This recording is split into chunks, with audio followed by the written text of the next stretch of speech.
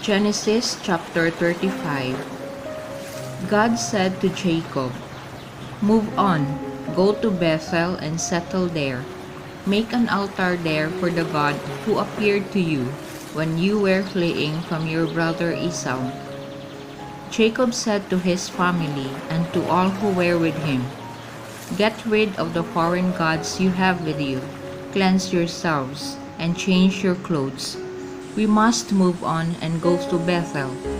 There I shall make an altar for the God who heard me when I was in distress and gave me his help on the journey I made." They gave Jacob all the foreign gods in their possession and the earrings that they were wearing. Jacob buried them under the oak tree near Shechem. They broke camp. A divine terror struck the towns round about, and no one pursued the sons of Jacob. When Jacob arrived at Luz in Canaan, that is Bethel, and all the people with him, he built an altar there and named the place El Bethel, since it was there that God had appeared to him when he was fleeing from his brother. Deborah, who had been Rebekah's nurse, died and was buried below Bethel under the oak tree, so they named it the Oak of Tears. God again appeared to Jacob on his return from Padan Aram and blessed him. God said to him, "Your name is Jacob, but from now on you will be called not Jacob but Israel." Thus he came by the name Israel. God said to him, "I am El Shaddai. Be fruitful and multiply. A nation, indeed an assembly of nations, will descend from you, and kings will issue from your loins. The country which I gave to Abraham and Isaac I now give to you, and this country I shall give to your descendants after you." Then God went up from him. Jacob raised a monument at the spot where he had spoken to him, a standing stone on which he made a libation and poured oil. Jacob named the place Bethel, where God had spoken to him. They left Bethel, and while they were still some distance from Ephrath, Rachel went into labor, and her pains were severe. When her labor was at its hardest, the midwife said to her, "Do not worry, this is going to be another boy."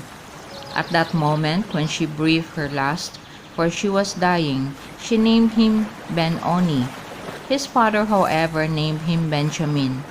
So Rachel died and was buried on the road to Ephrath, now Bethlehem.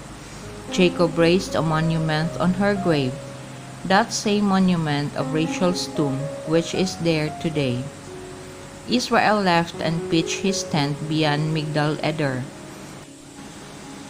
While Israel was living in that district, Reuben went and slept with Bilhah, his father's concubine, and Israel found out. The sons of Jacob were now 12. The sons of Leah, Jacob's eldest son Reuben, then Simeon, Levi, Judah, Issachar, and Zebulun. The sons of Rachel, Joseph and Benjamin. The sons of Bilhah, Rachel's slave girl, Dan and Naphtali. The sons of Silpah, Leah's slave girl, Gad and Asher. These were the sons born to Jacob in Padan Aram. Jacob came home to his father Isaac at Mamre, at Kiriath Arba, now Hebron, where Abraham and Isaac had stayed. Isaac was 180 years old when he breathed his last. He died and was gathered to his people, an old man who had enjoyed his full span of life. His sons Esau and Jacob buried him. Genesis chapter 46. These are the descendants of Esau, that is Edom. Esau chose his wives from the women of Canaan: Ada, daughter of Elon the Hittite; Oholibama, daughter of Anna, son of Zibeon the Horite; Basimath, daughter of Ishmael and sister of Nebaioth. Ada bore Eliphaz to Esau; Basimath bore Ruel; Oholibama bore Jewish, Jalam and Korah. These were the sons of Esau born to him in Canaan.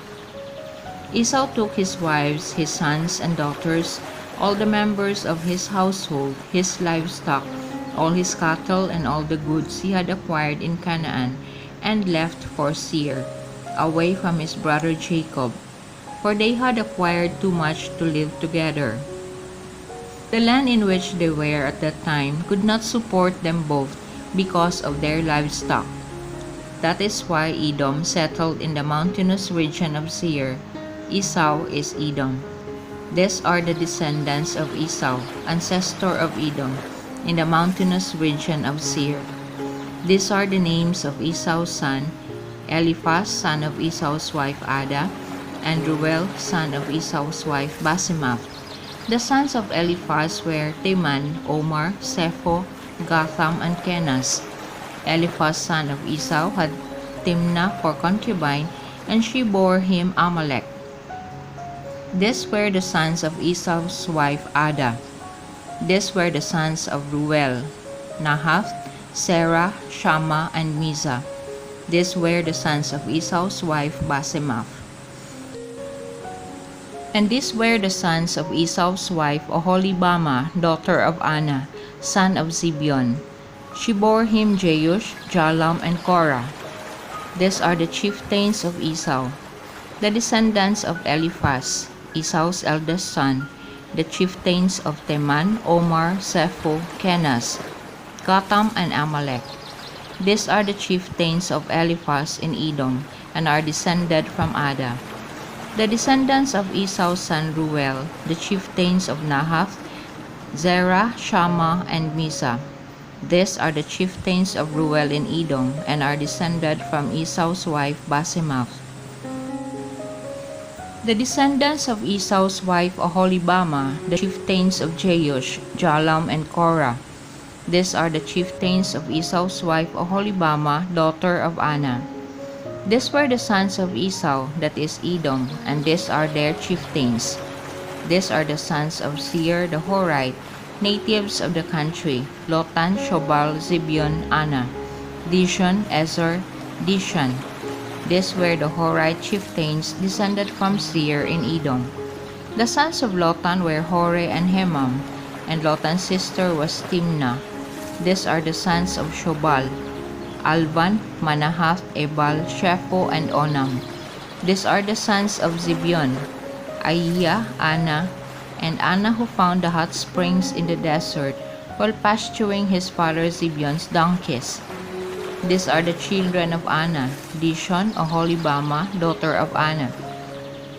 These are the sons of Dishon, Hemdan, Eshban, Ifran, and Keran.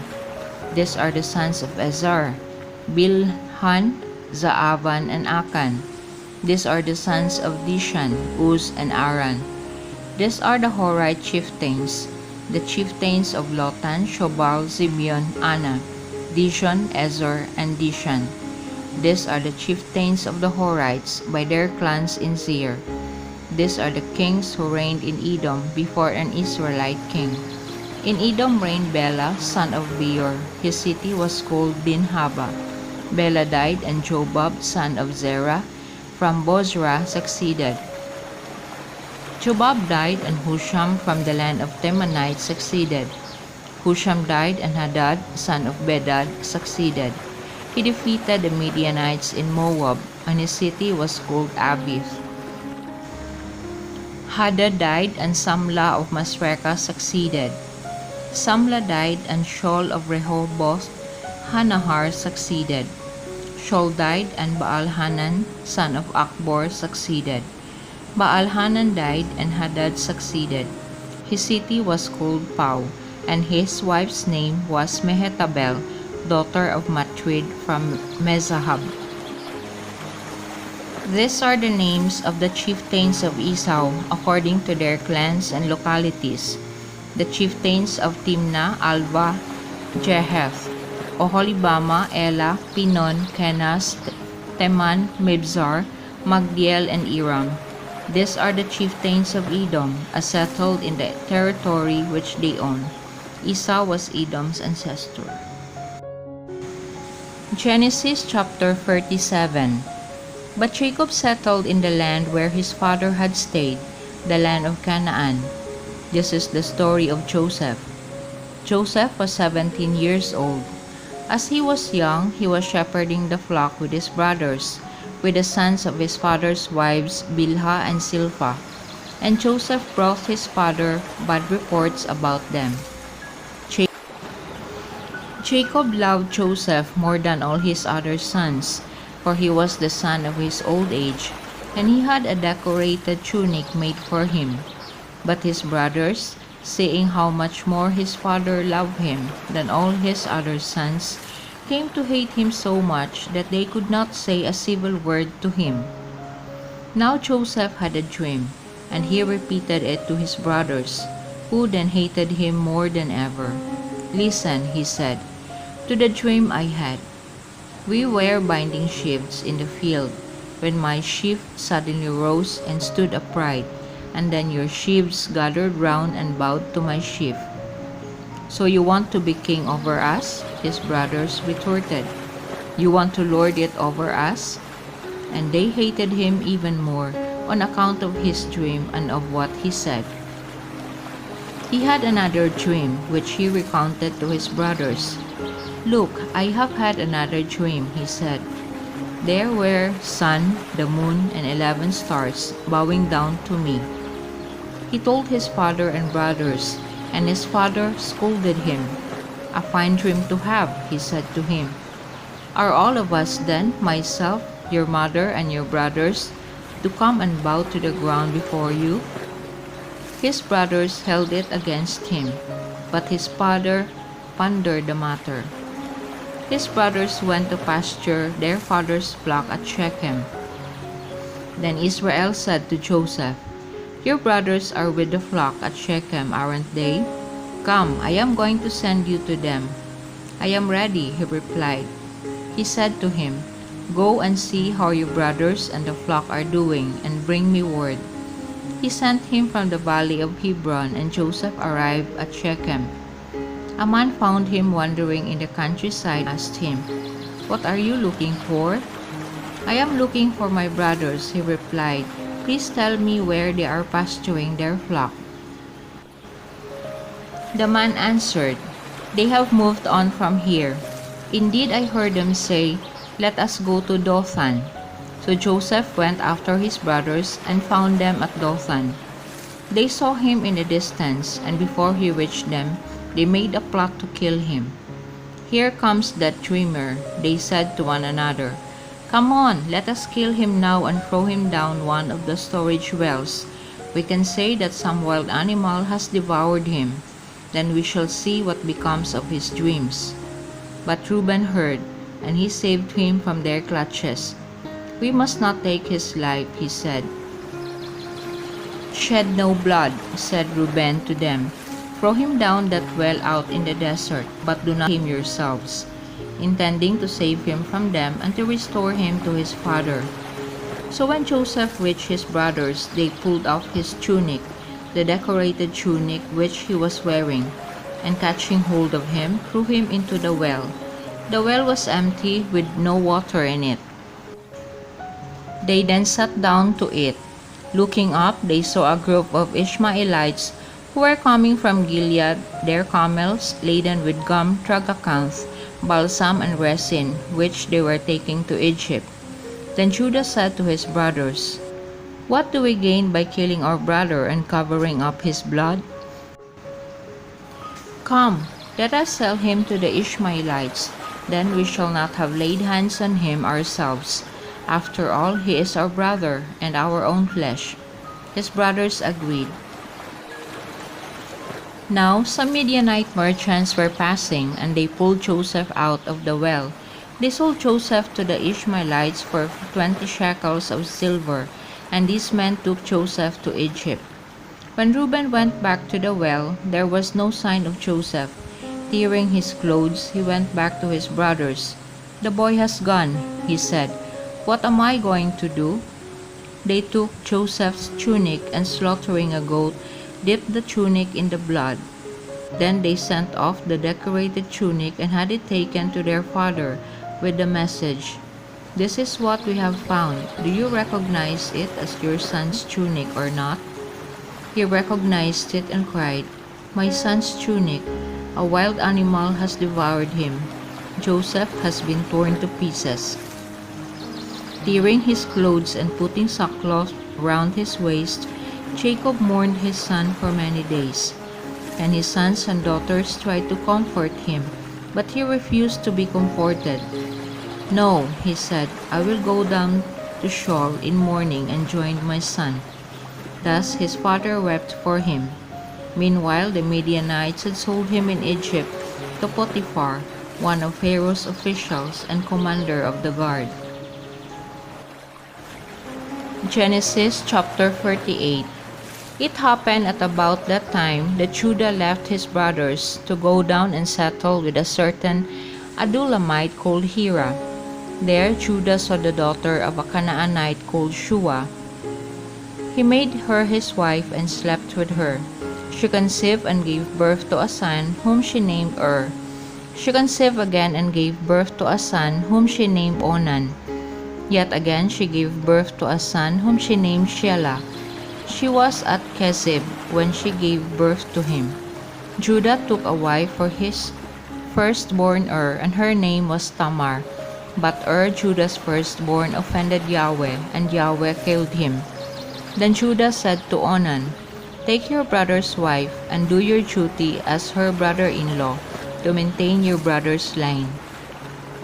But Onan, knowing that the line would not count as his, spilt his seed on the ground every time he slept with his brother's wife, to avoid providing offspring for his brother. What he did was offensive to Yahweh, who killed him too. Then Judah said to his daughter-in-law Tamar, "Go home as a widow to your father until my son Shelah grows up." For he was thinking, "He must not die like his brothers." So Tamar went home to her father. A long time passed, and then Shua's daughter, the wife of Judah, died. After Judah had been comforted, he went up to Timnah for the shearing of his sheep, and he and his friend Hira the Adullamite. When Tamar was told, "Look, your father-in-law is going up to Timnah for the shearing of his sheep," she changed out of her widow's clothes, wrapped a veil around her to disguise herself, and sat down at the entrance to Enaim, which is on the way to Timnah, for she saw that although Shelah was grown up, she had not been given to him as his wife. Judah, seeing her, took her for a prostitute, since her face was veiled. Going up to her on the road, he said, "Here, let me sleep with you." He did not know that she was his daughter-in-law. "What will you give me for sleeping with you?" she asked. "I will send you a kid from the flock," he said. "Agreed, if you give me a pledge until you send it," she replied. "What pledge shall I give you?" he asked. "Your skill and cord and the stuff you are holding," she replied. He gave them to her and slept with her, and she conceived by him. Then she got up and left him, and taking off her veil, resumed her widow's weeds. Judah sent the kid by his friend the Adullamite to recover the pledge from the woman, but he did not find her. He inquired from the men of the place, "Where is the prostitute who was by the roadside at Enaim?" "There has been no prostitute there," they answered. So returning to Judah, he said, "I did not find her. What is more, the men of the place told me there had been no prostitute there." "Let her keep the things," Judah said, "or we shall become a laughing stock. At least I sent her this kid, even though you did not find her." About 3 months later, Judah was told, "Your daughter-in-law has played harlot. Furthermore, she is pregnant as a result of her misconduct. Bring her out," Judah ordered, "and let her be burnt alive." But as the woman was being led off, she sent word to her father-in-law, "It was the owner of this who made me pregnant. Please verify," she said, "whose seal and cord and stuff these are." Judah recognized them and said, "She was right and I was wrong, since I did not give her to my son Shelah." He had no further intercourse with her. When the time for her confinement came, there were twins in her womb. During the delivery, one of them put out a hand, and the midwife caught it and tied a scarlet thread to it, indicating that this was the first to arrive. Whereupon he drew back his hand, and out came his brother. Then she said, "What a breach you have opened for yourself." So he was named Perez. Then his brother came out with a scarlet thread on his hand, so he was named Zerah. Genesis chapter 39. Now Joseph had been taken down into Egypt. Potiphar the Egyptian, one of Pharaoh's officials and commander of the guard, bought him from the Ishmaelites who had taken him down there. Yahweh was with Joseph, and everything he undertook was successful. He lodged in the house of his Egyptian master, and when his master saw how Yahweh was with him and made everything he undertook successful, he was pleased with Joseph and made him his personal attendant, and his master put him in charge of his household, entrusting him with all his possessions. And from the time he put him in charge of his household and all his possessions, Yahweh blessed the Egyptian's household out of consideration for Joseph. Yahweh's blessing extended to all his possession, both household and estate. So he left Joseph to handle all his possessions, and with him there concerned himself with nothing beyond the food he ate. Now Joseph was well built and handsome, and it happened some time later that his master's wife cast her eyes on Joseph and said, "Sleep with me." But he refused. "Look," he said to his master's wife, "with me here my master does not concern himself with what happens in the house, having entrusted all his. He himself wields no more authority in this house than I do. He has exempted nothing from me except yourself, because you are his wife. How could I do anything so wicked and sin against God?" Although she spoke to Joseph day after day, he would not agree to sleep with her or be with her. But one day when Joseph came into the house to do his work, and none of the men of the household happened to be indoors, she caught hold of him by his tunic and said, "Sleep with me." But he left the tunic in her hand, took to his heel and got out. When she saw that he had left the tunic in her hands as he ran out, she called her servants and said to them, "Look at this!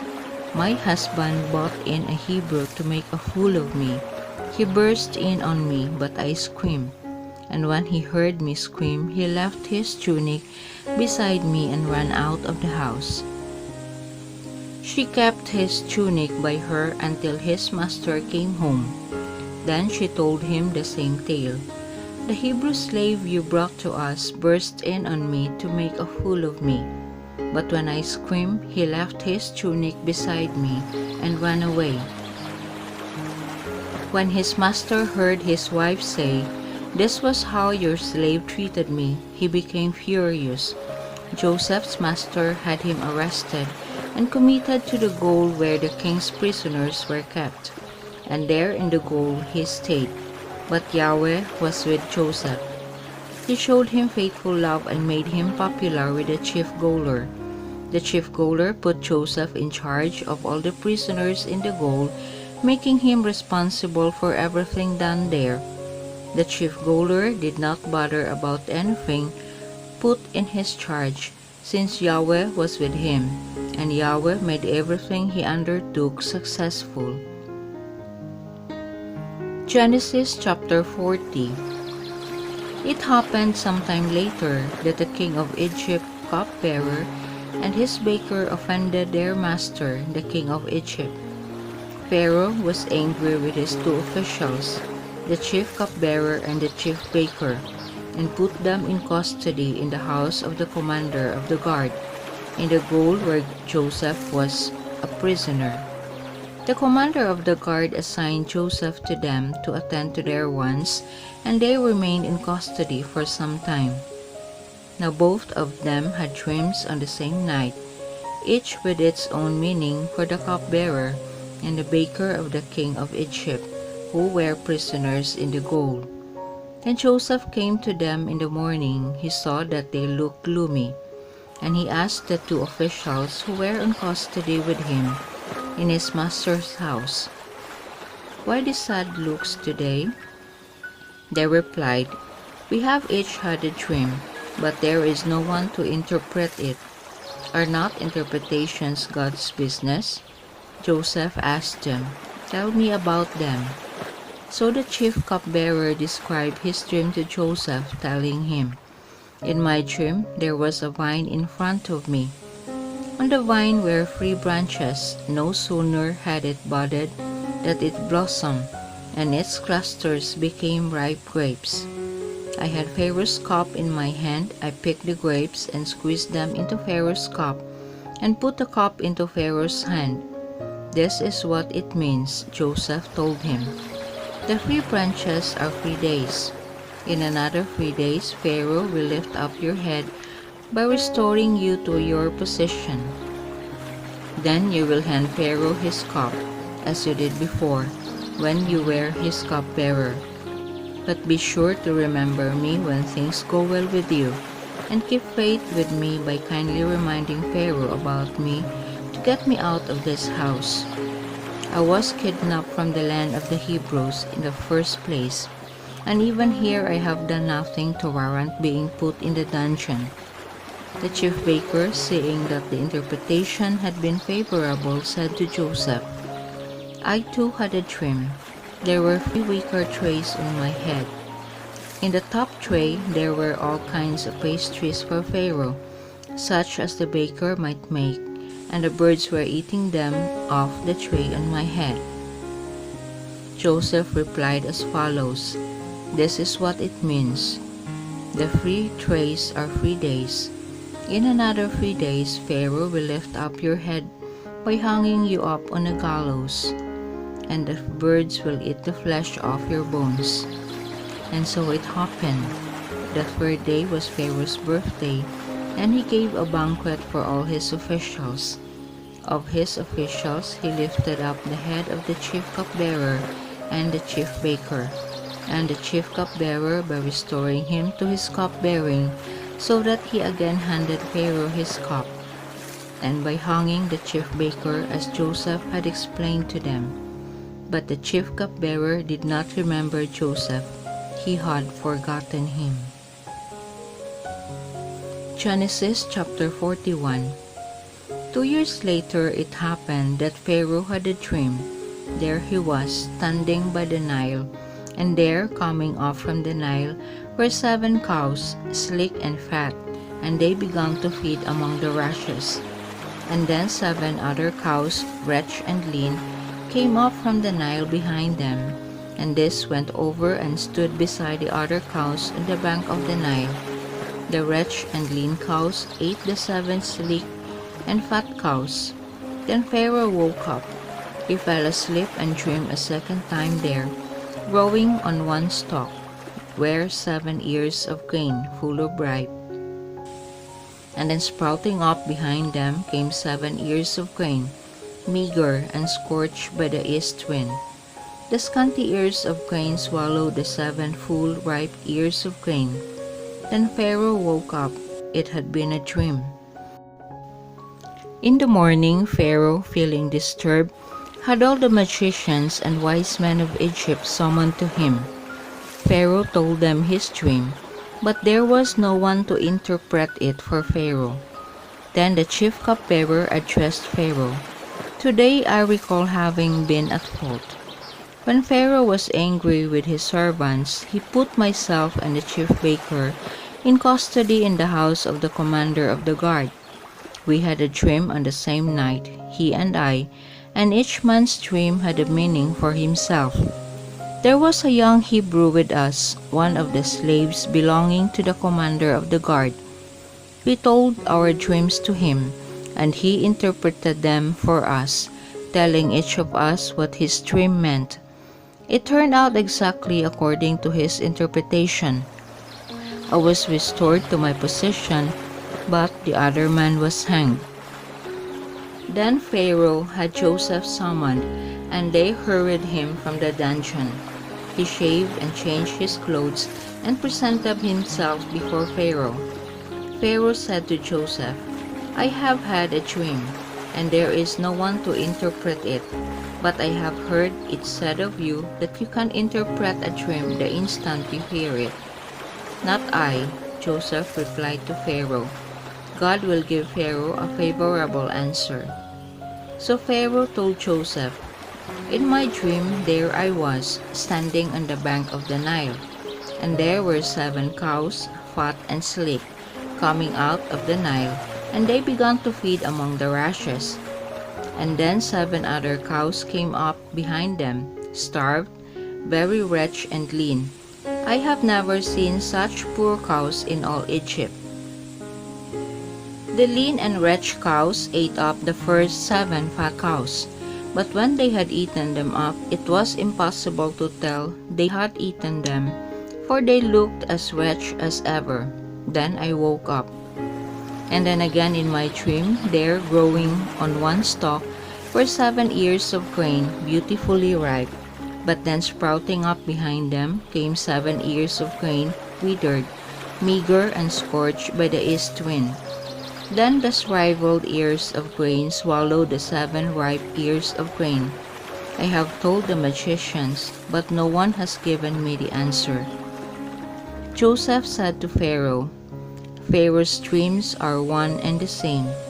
God has revealed to Pharaoh what he was going to do. The 7 fine cows are 7 years, and the 7 ripe ears of grain are 7 years. It is one and the same dream. The 7 gaunt and lean cows coming up behind them are 7 years, as are the 7 shriveled ears of grain scorched by the east wind. There will be 7 years of famine. It is as I have told Pharaoh. God has revealed to Pharaoh what he was going to do. 7 years are coming, bringing great plenty to the whole of Egypt, but 7 years of famine will follow them, when all the plenty in Egypt will be forgotten, and famine will exhaust the land. The famine that is to follow will be so very severe that no one will remember what plenty the country used to enjoy." The reason why Pharaoh had the same dream twice is that the event is already determined by God, and God will shortly bring it about. Pharaoh should now find someone intelligent and wise to govern Egypt. Pharaoh should take action and appoint supervisors for the country and impose a tax of 1/5 on Egypt during the 7 years of plenty. They will collect all the food produced during these good years that are coming and store the grain under Pharaoh's authority, putting it in the towns and keeping it. This food will form a reserve for the country against the 7 years of famine which are coming on Egypt, so that the country will not be destroyed by the famine." Pharaoh and his ministers approved of what he had said. Then Pharaoh asked his ministers, "Can we find anyone else endowed with the Spirit of God like him?" So Pharaoh said to Joseph, "Since God has given you knowledge of all this, there can be no one as intelligent and wise as you. You shall be my chancellor, and all my people shall respect your orders. Only this throne shall set me above you." Pharaoh said to Joseph, "I hereby make you governor of the whole of Egypt." Pharaoh took the ring from his hand and put it on Joseph's. He dressed him in robes of fine linen and put a gold chain round his neck. He made him ride in the best chariot he had after his own, and they shouted, "Abrek!" ahead of him. Thus he became governor of the whole of Egypt. Pharaoh said to Joseph, Although I am Pharaoh, no one is to move hand or foot without your permission throughout Egypt. Pharaoh named Joseph Saphinath-Paneah and gave him Asenath, daughter of Potipharah, priest of On, to be his wife, and Joseph began to journey all over Egypt. Joseph was 30 years old when he entered the service of Pharaoh, king of Egypt. After leaving Pharaoh's presence, Joseph traveled throughout the length and breadth of Egypt. During the 7 years of plenty, the soil yielded generously. He collected all the food of the 7 years while there was an abundance in Egypt, and stored the food in the towns, placing each the food from the surrounding countryside. Joseph gathered in grain like the sand of the sea, in such quantity that he gave up keeping count, since it was past counting. Before the year of famine came, 2 sons were born to Joseph. Asenath, daughter of Potipharah, priest of On, bore him this. Joseph named the firstborn Manasseh, because he said, God has made me completely forget my hardships and my father's house. He named the second Ephraim, because he said, God has made me fruitful in the country of my misfortune. Then the 7 years of plenty that there had been in Egypt came to an end, and the 7 years of famine set in, as Joseph had predicted. There was famine in every country, but throughout Egypt there was food. But when all Egypt too began to feel the famine, and the people appealed to Pharaoh for food, Pharaoh told all the Egyptians, Go to Joseph and do whatever he tells you. There was famine all over the world. Then Joseph opened all the granaries and rationed out grains to the Egyptians, as the famine grew even worse in Egypt. People came to Egypt from all over the world to get supplies from Joseph, for the famine had grown severe throughout the world.